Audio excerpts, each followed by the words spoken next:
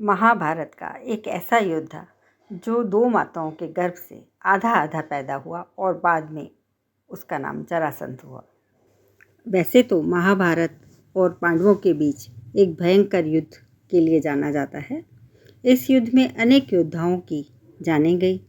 आज ऐसे ही एक पात्र के बारे में बताते हैं जो पांडवों के हाथों जिनको मृत्यु मिली।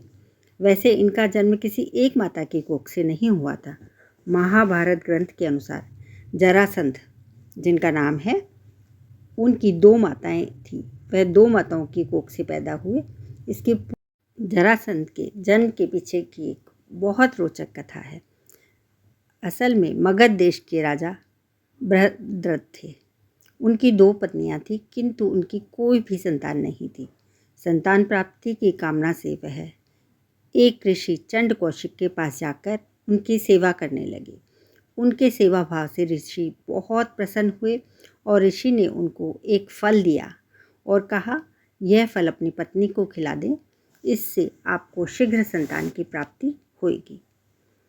अब यहाँ से कथा पर दो अलग अलग सिद्धांत सामने आते हैं। एक के अनुसार ऋषि ने राजा को दो फल दिए और राजा ने दोनों रानियों को एक एक फल खिलाया। रानियों ने उस फल को आधा अधूरा खाया, जिसके कारण जरासंध आधा आधा पैदा हुआ। लेकिन दूसरी कहानी के अनुसार राजा वह फल लेकर महल आए और उन्होंने फल को बीच से काटकर अपनी दोनों रानियों को आधा आधा खिलाया। इस दूसरी कहानी पर सभी विद्वान सहमत हैं। फल खाने के शीघ्र बाद ही दोनों रानियां गर्भवती हो गई और उस समय आने पर उन्होंने अपने बालकों को जन्म दिया। लेकिन बालक मांस के लोथड़े के रूप में पैदा हुए और दोनों आधा आधा जन्मे, जिनमें जान नहीं थी।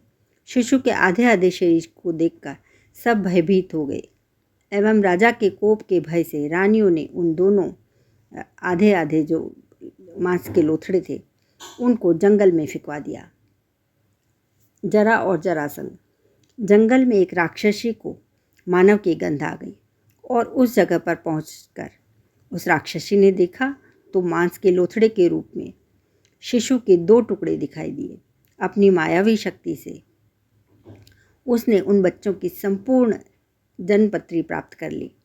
तत्पश्चात उस राक्षसी ने उन दोनों हिस्सों को जोड़कर एक कर दिया और अपना रूप बदलकर राजा के समक्ष पहुंच गई और सारा वृत्तांत सुना दिया। उस राक्षसी का नाम जरा था। राजा राक्षसी से बहुत प्रसन्न हुए और प्रसन्नता में उन्होंने उस राक्षसी के नाम पर ही अपने पुत्र का नाम जरासंध रख दिया। जरासंध अर्थात जरा द्वारा संघित किया हुआ, रक्षित किया हुआ, इकट्ठा किया हुआ। समय के साथ साथ जरासंध बड़ा हुआ और मगध का राजा बना दिया गया। जरासंध मल्ल युद्ध का माहिर योद्धा थे। उसे अपनी भुजाओं पर बहुत गर्व था।